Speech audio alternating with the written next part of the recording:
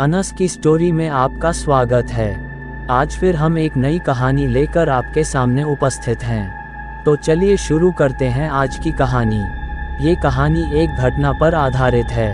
ये कहानी एक ऐसे व्यक्ति के बारे में है जिसने एक रात एक भयानक चीख सुनी। ये चीख इतनी भयानक थी कि उस व्यक्ति के जीवन को हमेशा के लिए बदल दिया। ये कहानी मुंबई के एक छोटे से गांव में घटी थी। गांव का नाम था मालेगांव। मालेगांव एक सुंदर गांव था, लेकिन यहाँ एक रहस्यमय जगह भी थी।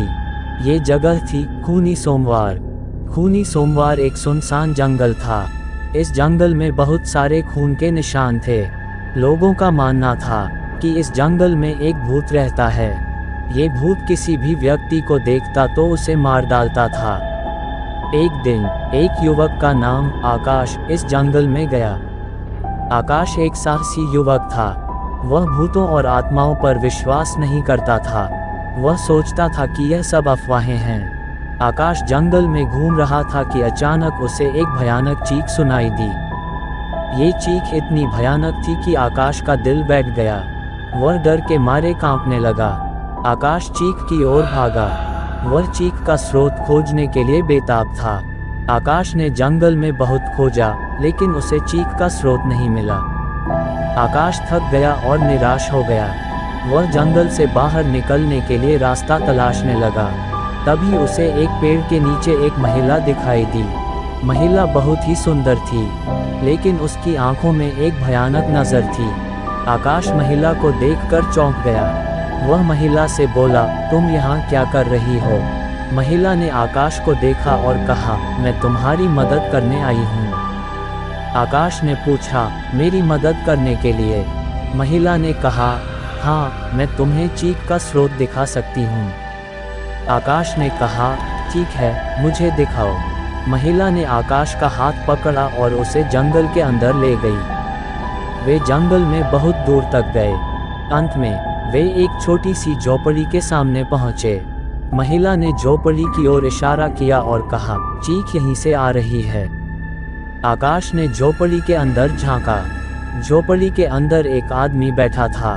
आदमी बहुत ही खून से लथपथ था। वह मर रहा था। आकाश ने आदमी से पूछा, तुमने चीख क्यों लगाए?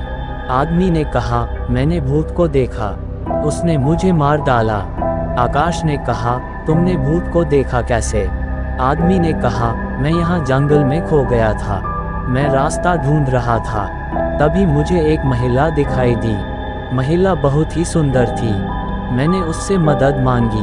महिला मुझे झोपड़ी में ले गई। उसने मुझे पानी दिया और मुझे आराम करने के लिए कहा। मैं सो गया। जब मैं उठा तो मुझे पता चला कि मैं खून से लथपथ हूँ। मैं मर रहा हूँ।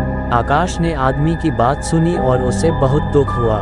उसने आदमी को मरने से बचाने के लिए बहुत कोशिश की, लेकिन वह सफल नहीं हो पाया। आदमी कुछ ही देर में मर गया। आकाश ने आदमी की मौत से बहुत डर गया। उसे लगा कि वह भी मर जाएगा।